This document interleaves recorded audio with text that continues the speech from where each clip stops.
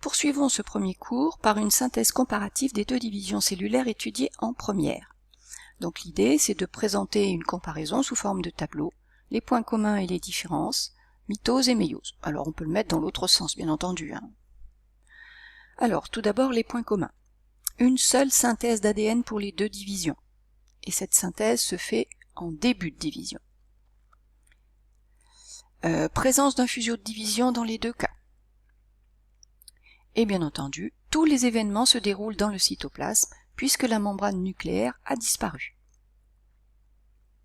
Maintenant les différences. 2 cellules filles identiques et diploïdes pour la mitose, alors que pour la méiose, on obtient 4 cellules filles différentes et haploïdes. Une étape pour la mitose, alors que 2 étapes pour la méiose. Effectivement, il y a 2 divisions successives pour la méiose. Pas de hasard pour la mitose, alors que le hasard est très présent. Vous pouvez même mettre le mot hasard en rouge, c'est important. Les chromosomes homologues sont indépendants et on assiste à la séparation des chromatides dans la mitose, alors que dans la méiose, les chromosomes homologues, les paires homologues s'associent et se séparent, ce qui est source de diversité, puisque la séparation se fait au hasard. La mitose se déroule dans les cellules somatiques, alors que la méiose dans les cellules germinales. Bien entendu, la mitose sera plus courte, alors que la méiose sera plus longue, effectivement, puisqu'il y a 2 divisions successives.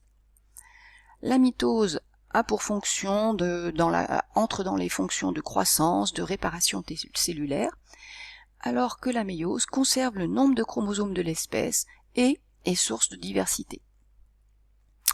Donc voilà un tableau comparatif dont j'ai oublié le titre que vous pouvez rajouter. Il s'agit donc d'éléments de comparaison entre la mitose et la méiose.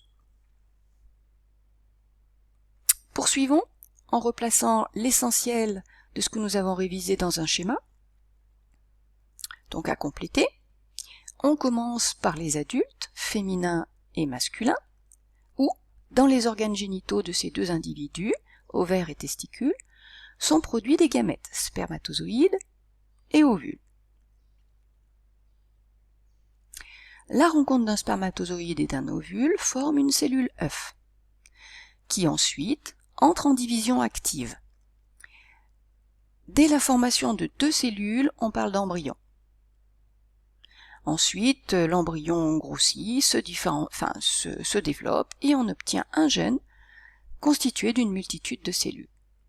Ce gène est alors de sexe masculin ou féminin et le cycle recommence. Alors j'ai mis des couleurs dans ce cycle que je vais donc expliquer par une légende. En rouge, tout ce qui correspond à la phase haploïde, c'est-à-dire des cellules qui n'ont qu'un lot de chromosomes, un seul exemplaire de chaque paire de chromosomes. Et l'événement principal de cette phase, c'est la formation des gamètes.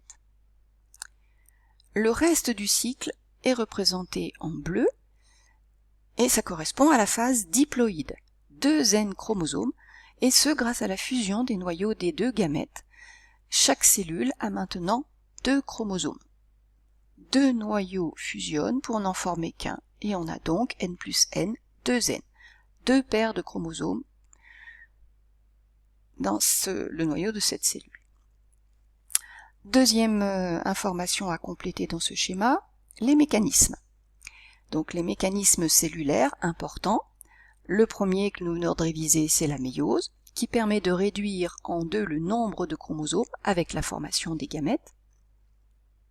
Et le suivant, dans la chronologie, c'est la rencontre de 2 gamètes avec leur fusion en une cellule œuf, que l'on appelle la fécondation.